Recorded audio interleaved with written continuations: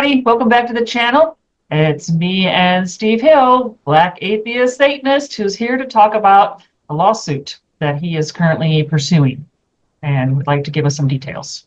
Steve? Sure. It's been a long process. Actually, this lawsuit started in 2020, about this same time that the pandemic started. I had of course, I had a license plate on my truck, vanity plate, which read "For Satan." And I had a road cop come over to my house after me being spotted in his neighborhood. Yeah, he came over to my house, off the books, totally gone rogue, to question me, which you may call it questioning, but from my perspective, it's harassment and bullying, simply because of my "For Satan" license plate. So anyway, when he came, I of course took a picture of him. And after he finished questioning me, I began to question him, like, did someone call the police on me? And he frankly told me, no, did nobody call. I'm just here to harass you. Yeah, I'm just here to find out why you're in my neighborhood. Like, you can't be in my neighborhood. Yeah, it was crazy, but that caused me to, I tried to complain nicely, protest lightly, just by going and talking to the captain and a couple other people I knew to let them know that, hey, your cops shouldn't be doing this, totally going rogue on their own, willy-nilly, just messing with citizens. And we're already under a consent decree from the Federal Department of Justice monitoring team we have here in place to kind of monitor them, because they've been out of line for so many years with constitutional policing. Ridiculous. But we have a monitoring team, and that seems to be totally ineffective because they've watched all of this stuff I've been through. So anyway, there was an investigation conducted about him paying me a visit. And right off the bat, in the investigation, when the lieutenant was questioning me, he lied.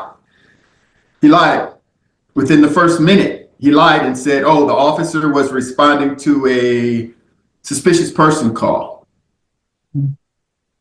Now, the officer already told me no one called. And if I ever get to court, we're going to be filing Freedom of Information Act to get all the police recordings, all the investigation, all of that. But that kind of pissed me off when I knew he was lying right off the bat. And then as we proceeded with more questioning and, with him kind of telling me, well, I had the option to go inside my house and just walk away from him. And I know who I am in America. That kind of shit will get you shot in the back. So I just told the lieutenant, let's just end this and I'll file a lawsuit, and that's what I did. And if anybody ever tried to sue law enforcement to hold them accountable for anything, let me tell you before you start, be ready for a long, tenacious battle that costs a lot of money. So I hired an attorney, Black attorney, first generation from Africa, real religious guy. And after he took my $3,500 retainer, we talked about the case, and I told him, hey, this is a religious liberty case. The only way he found his way to my house was by my license plate, "For Satan." And he laughed at me. He's like, no, we're not going to go that way. We're going to do racial profiling. So I'm like, okay, well, they got two to choose from. But I know once I get to court, I'm going to talk about my license plate and make it make sense to the judge that this was religious bullying. So basically, long story short, my attorney took my money, and once I told him it was religious liberty, he didn't want to fight it no more. He just basically just threw me under the bus, just left me there. And for that, because started beginning to feel myself get much angrier than a normal person would be. So I went to protect my mental health. I went to get anger management therapy. And I was going through that, just venting, talking to someone. My wife gets sick of this activism shit. So just with the therapist, which was cool because it's like venting. I'm a correctional officer, and at the beginning of the academy, they tell you let the inmates vent. And I see now why, because it helps relieve stress. If nothing else, it helps alleviate stress when you're, just talking and getting shit off your chest, which is what I was doing. So anyway, fast forward, and there was a political meeting out at a church about 10 miles west of the city I live in. And it was about the Mexican drug cartels. It was held by a couple of county supervisor, congressman was there who just lost, assemblymen, people from the state legislative body were there, and they were telling and scaring everybody about the Mexican drug cartels, which I found to be just absolutely asinine for them to pinpoint one ethnic group, like Mexican drug cartel, China virus, all that shit they do racially to divide us. So when I had an opportunity to speak, I told everybody in the damn church, like, hey, this is a political stunt to scare you and further divide everybody. And one of the county supervisors screamed at me, Catherine Barger, 5th District. She screamed at me that this was being live streamed, which I screamed back at her. And this is what probably got me arrested. I yelled back at her that I had been trying to have a conversation with her for the last 2 years about my other case. And Sheriff of Los Angeles County was there, Alex Villanueva. And about 2 weeks after that event, I had a DOJ guy come to my door telling me, I want your guns and you're under arrest and all of this crap, which I had no warning. I wasn't notified. They call it a prohibited person where you're and the two DOJs, they made 2 visits. The first DOJ agent came to my house and told me, I was speaking through my wife and I on Ring doorbell. He tried to convince me that I had been released from a mental institution. And this is just how deep that I think the sheriff was out to get me. So he tried to sweeten it up, I guess, and said I was released from a mental institution, which I would probably have some recollection of, at least what the kind of food they served or something. But, it was ridiculous. Anyway, that guy he didn't get me because I wasn't at home. I was on my way to an appraisal inspection. So about 2 weeks later, another guy came and they caught me outside my house in my circular driveway. Didn't give me a chance to get inside because they wanted to catch me with guns on me because I'm a retired correctional officer, and law stipulates after you've been a peace officer in California for a period of 5 years, you can pretty much carry a weapon because they figure you've made that many enemies. They arrested me, took me to jail, took my guns, took my personal pistol, which was in the house that I used for protection when I'm out appraising in all these weird places where rednecks and these people who big Trump supporters are, and one way in, one way out. So I always figure I should be armed when I go back there, because a lot of these people, these vigilante types, they don't ask you, oh, what are you doing? Or, Shoot first, right? They just assume, they just assume you're black, you're not supposed to be in the neighborhood, you have no business here, we can do whatever we want to you. So that's why I would carry my 9mm pistol. Now, they took my father's guns, which is what I'm really pissed off about. My father, World War II veteran, person that taught me how to shoot, person that taught me, showed me serving your country is a good thing, opportunity, leave the house, travel, whatever, serve your country, get it over with. they have his guns, and that bothers me because those are kind of sacred. And to have someone come into your house with their hands touching your father's guns and taking them away, really, really disturbing. But, you know, always maintain my cool. You know, that's what they want you to do, is fly off the handle. And this is why this country has those periodic mass shooters. Remember how people used to go postal? This is the shit that make people like, can't take it no more, I'm over the edge, go kill a lot of people, fuck it, you know, cash in all my chips. But I'm not a violent person. And plus, like I told my therapist, she would always ask me, well, why wouldn't you go and do all of this and all of that? And I would tell her, well, for one, I'm a correctional officer and I know what prison is like. And for two, I wouldn't want to mess up my children and my wife's life like that by going to jail, or, you know, and suicide is not an option for me. So,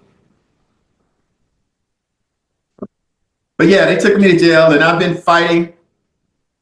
I've been, you know, started messing with the statute of limitations because it was taking me so long to find an attorney. I wound up with a couple of paralegals and I'm basically pro per fighting my own case. And when you do it that way, now you've got the judge against you, because the judge has been the one not allowing me to even come to court. I haven't said one thing in front of a judge, and we've been in court almost a year. So they try to drain you of your money, you know, make it very, very unaffordable for you to keep going. And they want you to give up, you know, but my will is stronger than that. And I'm not going to run out of money. So we're just going to keep going. But anyways, I should be getting some help because I don't know if politicians can keep their word. But this guy that I ran against in the primary, he told me he couldn't do nothing to help me unless he won. Well, lo and behold, he won. The Democrat took out the Republican. That same Republican was supposed to get me an FBI investigation because I have two law enforcement entities here, the state DOJ and the Los Angeles County Sheriff's Department. They're basically fighting one another over who's accountable or who's going to be held accountable for this illegal arrest. One sent a letter to my state senator saying, well, the only reason we were there is because the LA County Sheriff's Department asked us to help. And the Los Angeles County Sheriff's Department, I got their little statement after their investigation, said, we're not the ones that arrested him. So they're kind of throwing each other under the bus. And in the meantime, I can't get into a fucking courtroom to let a judge see this fucking fiasco I got going on in my life. Like, all a judge would have to do is look at a couple of documents. I mean, they were supposed to, I guess, warn me, protocol, that I was doing something illegal. Never got it. And then they send me a letter a year later saying, oh, you're prohibited from having firearms from 2021. And the letter was sent in 2023 or some stupid shit. It's like, you didn't send a time machine with that. Yeah. But, you know, Back to the Future shit they tried to do on me, but they can't because none of the dates make sense now. And there's always this talk of a good cop. And there's some people in law enforcement that know exactly what happened, and nobody's coming forward.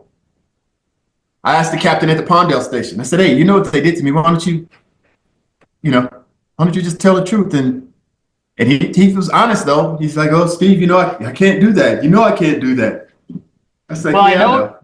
Well, yeah, I mean, which is a case was a year ago, 2 years ago, where an LA officer mysteriously got killed when he was going to testify against some corrupt cops in their department or whatever. Yeah, that's the whole, that was the gang hearings. I went to most of those gang hearings. Matter of fact, my process server served Alex Villanueva, who used to be out of the East LA station. I think he has a gang tattoo somewhere on him, but he won't let anyone see it.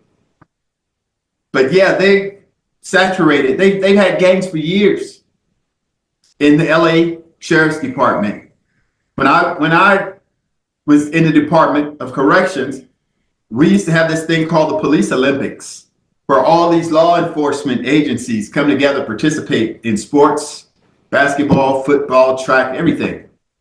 And we would go out partying with these dudes, after our activities, and they would talk a lot of shit. They would tell us what gangs they're out of, what station, they had tattoos, everything. Just total saturation of gangs within law enforcement. Yeah, so when all of this came up a few years ago and they were denying it, I was like, oh, I've heard that before. Yeah, up where I live at here, the two gangs are I think the rattlesnakes and the I forget it's another one, but they're the two local sheriff gangs. East LA station, those were the Bambitos or some shit like that.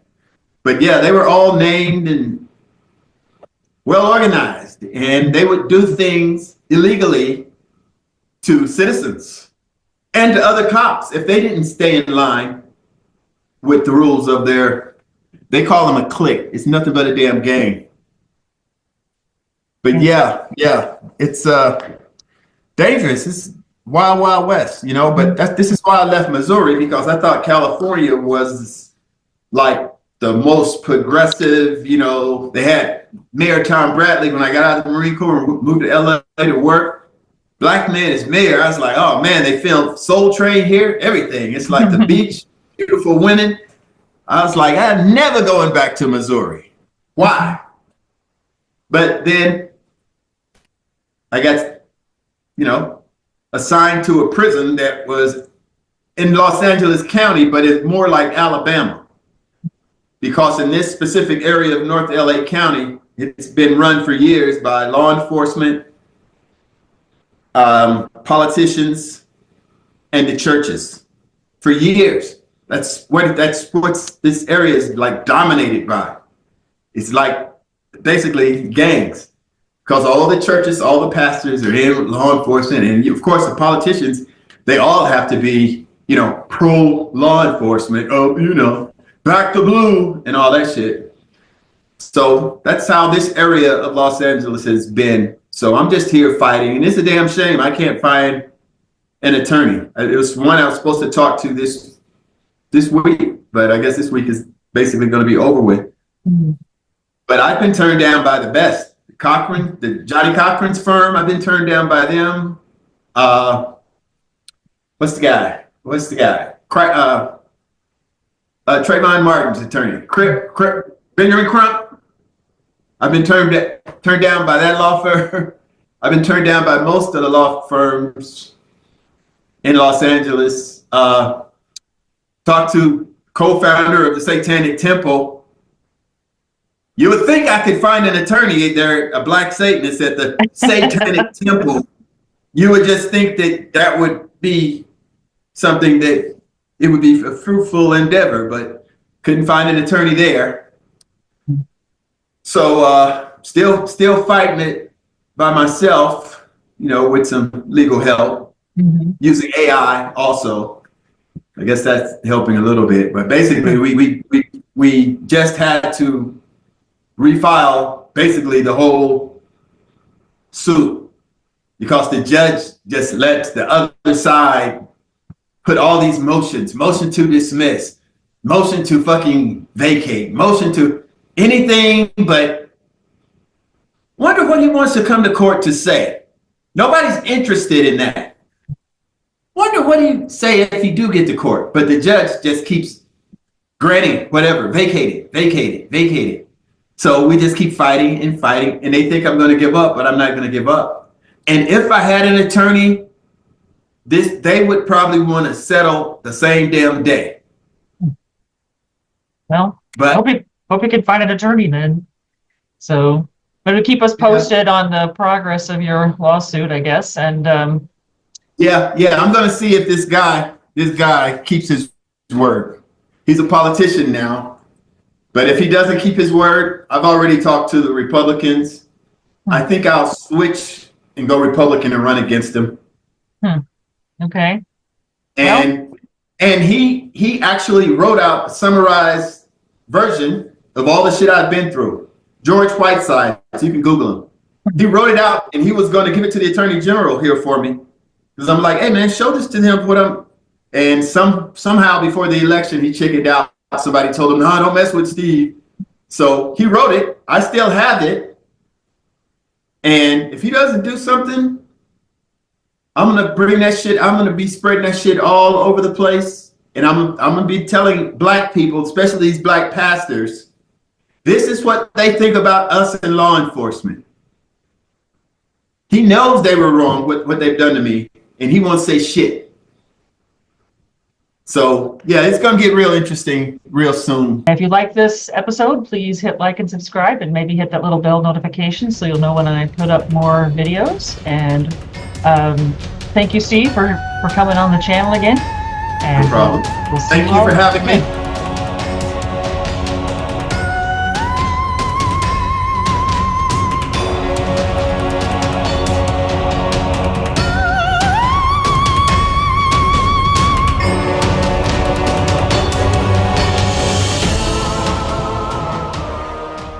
And thank you for the gift that I got the other day. Okay, right. You're so nice. You are so kind. Why do you do that? You make me feel bad when you do that. It's like, she's so nice.